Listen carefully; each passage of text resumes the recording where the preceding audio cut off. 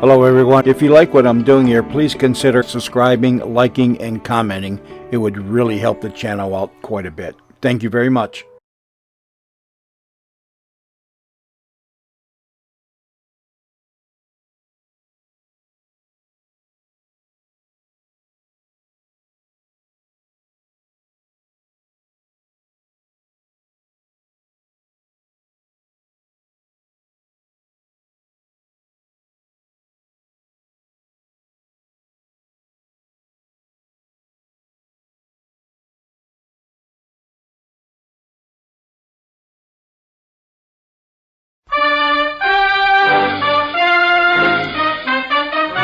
This is the Textron Theater.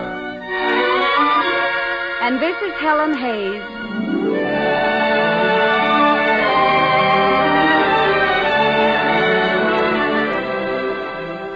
Textron, maker of finest textile products, through the cooperation of America's great retail stores, presents a radio series of finest plays starring Miss Helen Hayes.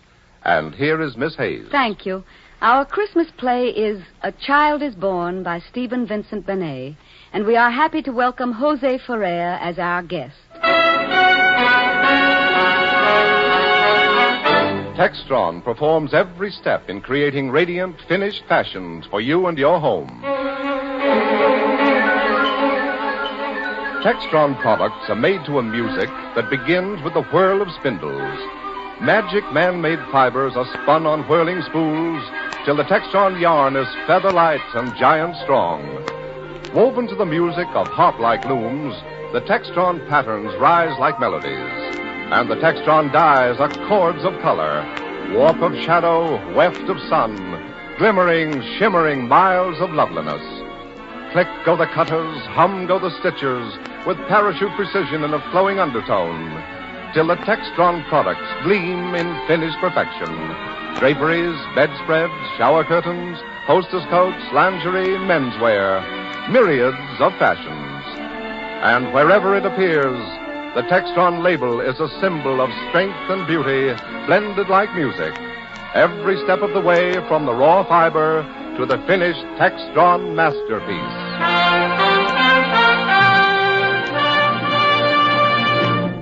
And here is A Child is Born by Stephen Vincent Benet, starring Helen Hayes and Jose Ferrer.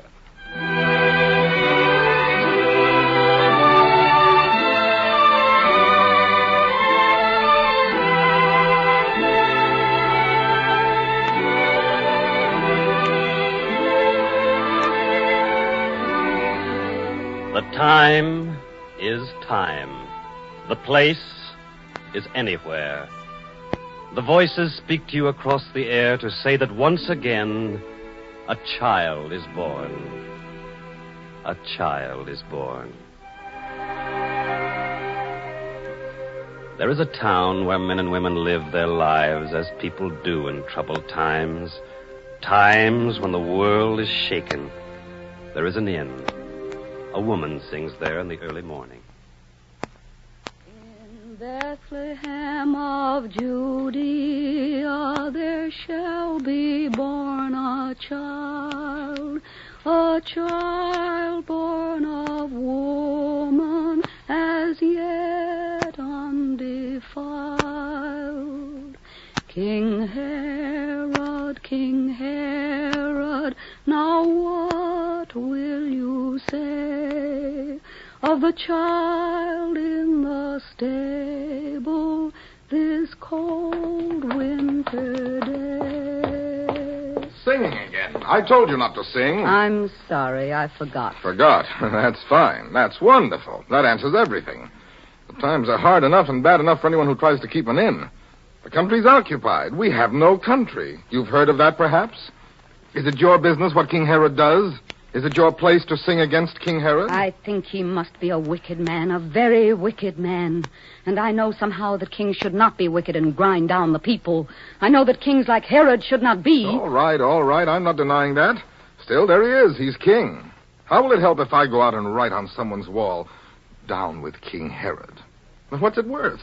The cross for me, the whipping post for you, the inn burned down, the village fined for treason just because one man didn't like King Herod. For that's the way things are. Yet there are men... Oh, yes, I know. Fanatics, rabble, fools, outcasts of war, misfits, rebellious souls, seekers of some vague kingdom in the stars. They hide out in the hills and stir up trouble, call themselves prophets, too, and prophesy that something new is coming to the world. Lord knows what. Well, it's a long time coming, and meanwhile we're the wheat between the stones. Something must come. Believe it if you choose. But meantime, if we're clever, we can live and even thrive a little. Clever wheat that slips between the grinding stones and grows in little green blade sprinkles on the ground. At least if you'll not sing subversive songs to other people but your poor old husband. Oh, come, wife, I've got some news. I didn't mean to be so angry with you. You've got some queer fancies in that head of yours. Lord, don't I know, but you're still the small girl with the grave eyes and the brook-running voice I took without a dower or a price out of your father's house because... Oh, well, because you came. And they've not been so bad the years since then, now have they? No. That's right. Give us a kiss. I couldn't help the child. I know you think of that this time of year. He was my son, too, and I think of him. I couldn't help his dying. No, my husband. I am a barren bough. I think and sing, and am a barren bough. Come. The fault is mine. I had my joyous season, my season of full ripening and fruit, and then the silence and the aching breast. I thought I would have children. I was wrong. But my flesh aches to think I do not have them. I did not mean to speak of this at all. I do not speak of it. I'll be good. I'll sing softly, not sing at all. It was long past and gone. Tell me your news. Is it good news? The best. The prefect comes to dinner here tonight with all his officers. Oh, yes, I know, the enemy. Of course, the enemy. But someone has to feed them. And they'll pay? Cash. On the nail? Yes. Good. I thought you'd say so. Oh, we'll make no great profit. Not tonight. I've seen the bill of fare they asked of me. Quails in midwinter. Well, we'll give them quails and charge them for them, too. You know the trick? Yes. Now, they must be well served. I'll care for that. The honest innkeeper, the thoughtful man, asking, Your worship, pray another glass of our poor wine. Your worship, is the roast done to your worship's taste? Oh, nay, your worship, all was settled in the bill, so do not spoil my servants with largesse, your worship. And he won't. He pinches pennies. But once he's come here, he will come again. And we shall live, not die. And put some coin, some solid enemy and lovely coin under the hearthstone, eh? Spoil the Egyptians, eh? Hark, what's that? Oh, I'll go. The maids aren't up yet, lazy bones. A minute, just a minute. It's early yet. You needn't beat the door down. This is an honest inn. Good morning. Hail, Caesar. Are you the keeper of this inn? Yes, sir. Orders from the prefect. No other guest shall be entertained at your inn tonight after sundown. The prefect wishes all the rooms to be at the disposal of his guests. All the rooms? You understand plain Latin, don't you? Well, yes, sir, but... This is the prefect's feast, the Saturnalia. You've heard your orders. Yes, sir. Yes, indeed, sir. See they're carried out. No other guests. Hail, Caesar. Hail, Caesar. Well, that's pleasant. All rooms at the disposal of the prefect. No other guests. Remember, no other guests. I will remember. Yes, do so. It is an order. Now, about the quail. You'll make the sauce. That's the important thing. A crow can taste like quail with a good sauce. You have your herbs? Yes. Well, then, begin. It's morning. We haven't too much time. Sarah, Leah. Where are those lazy servants? Now, where's the fish? Where's the new bread? Why haven't we begun? Leah and Sarah, come and help your mistress. I'll rouse the fools. There's work to do today. In Bethlehem of Judea there was an inn also. There was no room within it for any but the foe.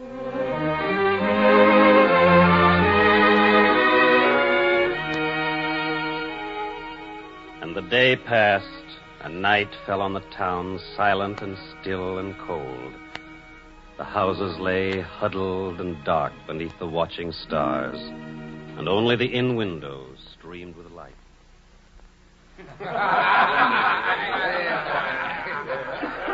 And then the solution said to the Ethiopian... well, I remember when we first took over Macedonia. There was a girl. Quiet, gentlemen.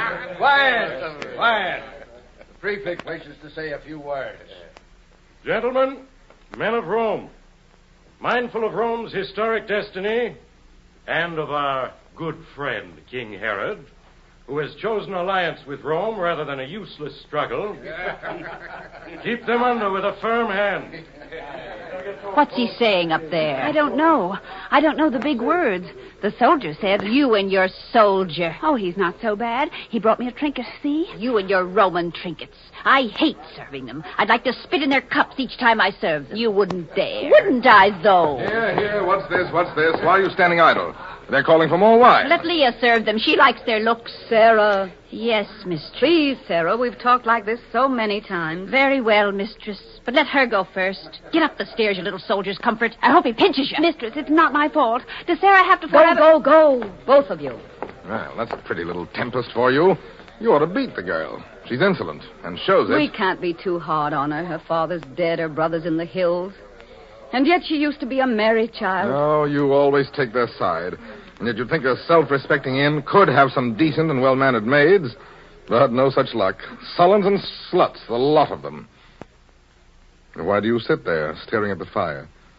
So silent and so waiting. And so still. I do not know. I'm waiting. Waiting for what? I do not know.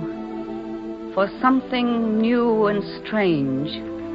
Something I've dreamt about in some deep sleep. Truer than any waking, more real than light. And there is light in it, and fire and peace. Newness of heart and strangeness like a sword. And all my body trembles under it. And yet I do not know. You're tired, my dear. Well, we shall sleep soon. No, I am not tired. But I am expectant as a runner is before a race, a child before a feast day, a woman at the gates of life and death. Expectant for us all. For all of us who live and suffer on this little earth with such small brotherhood. Something begins. Something is full of change and sparkling stars. Something is loose that changes all the world. And yet I cannot read it yet. I wait and strive and cannot find it. Hark, what's that? Oh, they can't come in. I don't care who they are. We have no room. Go to the door. Well? Is this the inn? Sir, we are travelers, and it is late and cold. Enter. Who is it? Just a pair of country people. A woman and a man. I'm sorry for them. My wife and I are weary. May we come in? Yes, I'm sorry, my good man. We have no room tonight. The prefect's orders. No room at all? Not tonight. It may be in the morning. Wait. Must you mix in this? Wait. Good sir, the enemy are in our house, and we... Oh. I did not see your wife. I did not know. Her name is Mary. She is near her time. Yes. Go get a lantern, quickly. What? Quickly. I once had a child. We have no room, that's true. And it would not be right, not here, not now. Not with those men whose voices you can hear, voices of death and iron. King Herod's voices. Better the friendly beasts. What am I saying? Oh, there is... We have a stable at the inn. Safe from the cold at least. And if you choose, you shall be very welcome. It is poor, but the poor share the poor their crumbs of bread out of God's hand so gladly. And that may count for something. Will you share it? Gladly, and with great joy. The lantern, husband. Nay, I will take it. I can see the path. Come.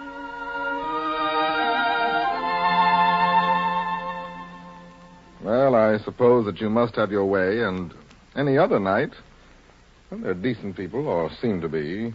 He has his arm about her, smoothing out the roughness of the path for her. So rough a path to tread with weary feet. Oh, there's a frost upon the air tonight. I'm cold, or... Yes, I must be cold. That's it. That's it, now to be sure. Well, come, shut the door. Something begins. Starlit and sunlit, something walks abroad in flesh and spirit and fire. Something is loosed to change the shaken world.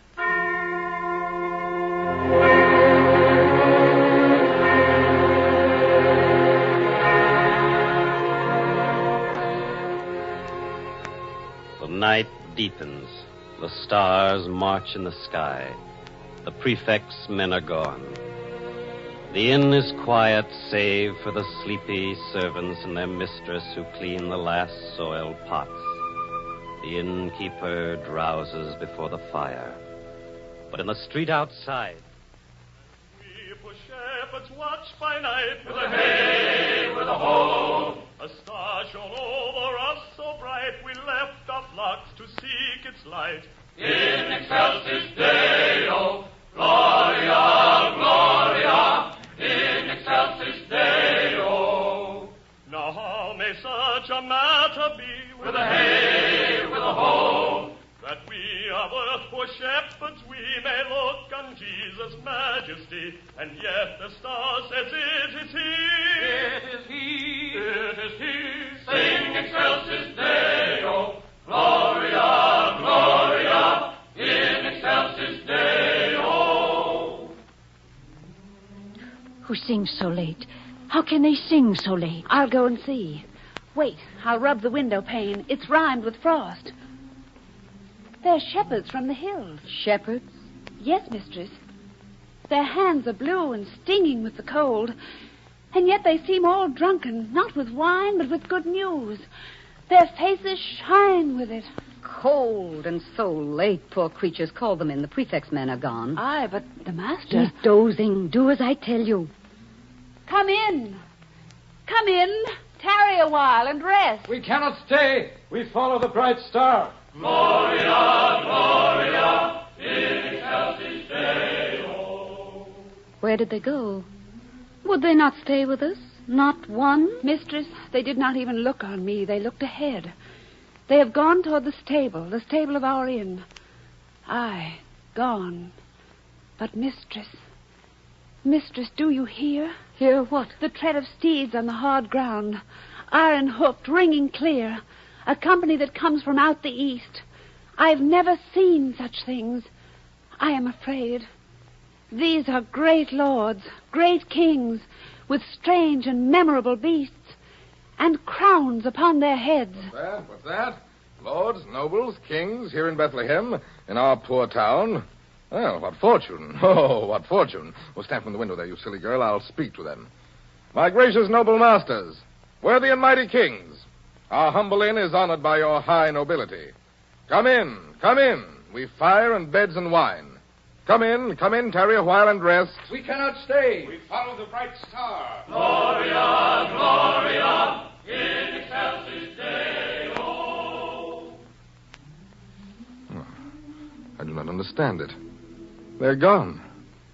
They did not even look at me or pause, though there's no other inn. They follow the poor shepherds to the stable. They would not tarry with us. No, not one. And yet... Peace, husband. You know well enough why none would tarry with us, and so do I. I lay a while in sleep, and a voice said to me, Gloria, Gloria, Gloria in excelsis Deo. The child is born. The child is born. And yet I did not rise and go to him, though I had waited and expected long. For I was jealous that my child should die and her child live. And so I have my judgment, and it is just. If there was any fault, wife, it was mine. I did not wish to turn them from my door. And yet, I know I love the chink of money, love it too well. The good, sound, thumping coin. Love it. Oh, God, since I'm speaking truth. Better than wife or fire or chick or child. Better than country. Better than good fame. Would sell my people for it in the street. Oh, for a price, but sell them. And there are many like me, and God pity us. God pity us indeed, for we are human, and do not always see the vision when it comes, the shining change. Or if we see it, do not follow it, because it is too hard, too strange, too new, too unbelievable, too difficult, warring too much with common, easy ways. And now I know this, standing in this light, who have been half alive these many years, brooding on my own sorrow, my own pain, saying, I am a barren bough, expect nor fruit nor blossom from a barren bough. Life is not lost by dying. Life is lost minute by minute, day by dragging day, in all the thousand small, uncaring ways, the smooth, appeasing compromises of time, which are King Herod and King Herod's men always and always. Life can be lost without vision, but not lost by death. Lost by not caring, not willing, not going on beyond the ragged edge of fortitude to something more, something no man has seen. You who love money, you who love yourself, you who love bitterness, and I who loved and lost and thought I could not love again, and all the people of this little town, rise up. The loves we had were not enough. Something is loosed to change the shaken world, and with it we must change. Now that's well said. Who speaks there? Who are you? Who? Oh, my name is Dismas. I'm a thief. You know, the starved, flea-bitten sort of boy who haunts dark alleyways in any town, sleeps on a fruit sack, runs from the police, bets what he can and borrows what he must. That's me. How did you get here? By the door, innkeeper. The cellar door. The lock upon it's old. I could pick locks like that when I was 5. What have you taken? Nothing. I tried the stable first, and then your cellar. Slipped in, crept up, rolled underneath a bench, while all your honest backs were turned. And then... And then? Well, something happened. I don't know what. I didn't see your shepherds or your kings, but in the stable I did see the child. Just through a crack in the boards, one moment's space. That's all that I can tell you. Is he for me as well? Is he for me? For you as well. Is he for all of us? There are so many of us, worthy mistress. Beggars who show their sores and ask for alms. Women who cough their lungs out in the cold. Slaves. Oh, I've been one. Thieves and renegades who knife each other for a bite of bread, having no other way to get the bread. The vast sea of the wretched and the poor, whose murmur comes so faintly to your ears here in this fine country. Has he come to all of us, or just to you? To every man alive. I wish I could believe. And if you did, no doubt you'd give up thieving. Gently, lady, gently. Thieving's my trade, the only trade I know. But if it were true, if he had really come to all of us, I say to all of us, then, honest man or thief, I'd hang upon a cross for him. Would you? I see that I've said something you don't like. Something uncouth and bold and terrifying. And yet I'll tell you this. It won't be till each one of us is willing, not you nor me, but every one of us, to hang upon a cross for every man who suffers, starves, and dies, fight his sore battles as they were our own, and help him from the darkness and the mire, that there will be no crosses and no tyrants, no Herods, and no slaves. Well, it was pleasant thinking things might be so. And so I'll say farewell. I've taken nothing. And he was a fair child to look on. Wait. Why, what is it you see there by the window? The dawn, the common day, the ordinary poor and mortal day. The shepherds and the kings have gone away. The great angelic visitors are gone. He is alone. He must not be alone. I do not understand you, wife. Nor I. Do you not see? Because I see at last. Dismas, the thief, is right. He comes to all of us or comes to none. Not to my heart in joyous recompense for what I lost. Not to your heart or yours, but to the ignorant heart of all the world, so slow to alter, so confused with pain. Do you not see he must not be alone? I think that I begin to see. And yet... We are the earth his word must sow like wheat, and if it finds no earth, it cannot grow. We are his earth, the mortal and the dying, led by no star. The sullen and the slut, the thief, the selfish man, the barren woman, who have betrayed him once and will betray him. Forget his words. Be great a moment's space under the strokes of chance and then sink back into our small affairs. And yet, unless we go, his message fails. Will he bring peace? Will he bring brotherhood? He would bring peace, he would bring brotherhood, and yet he will be mocked at in the street. Will he slay King Herod and rule us all? He will not slay King Herod. He will die. There will be other Herods, other to be free, not always one. These are sad tidings of him. No.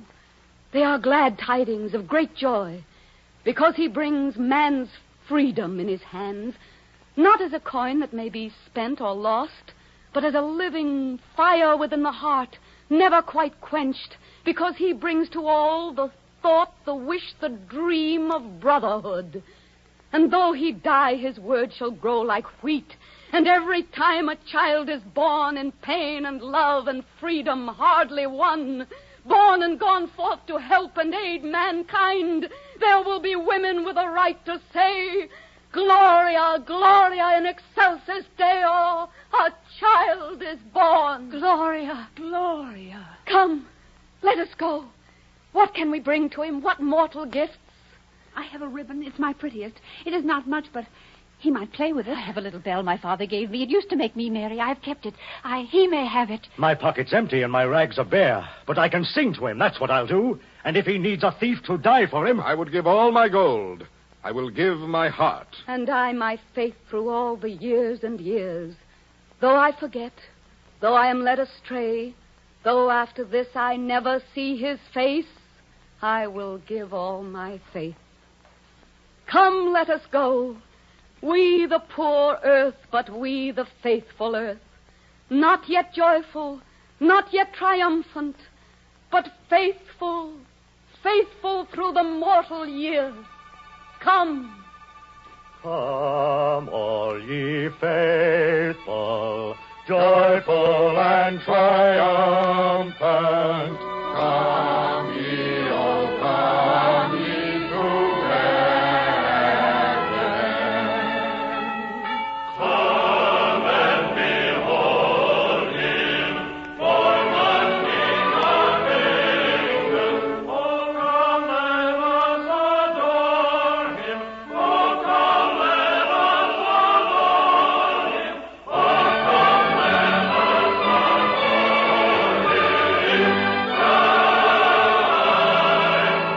adore him. You have just heard Helen Hayes and Jose Ferrer in A Child is Born by Stephen Vincent Benet. The original musical score was conducted by Vladimir Zelinsky.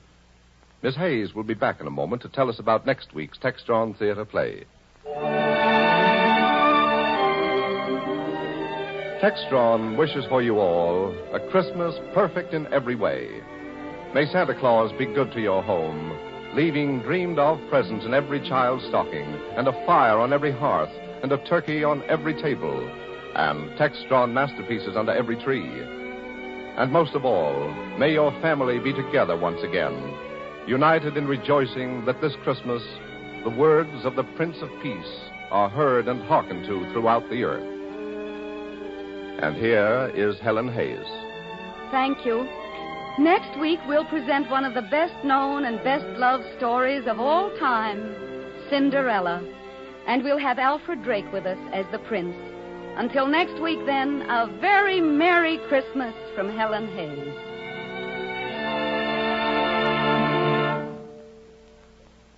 Frank Gallup speaking. This is CBS, the Columbia Broadcasting System.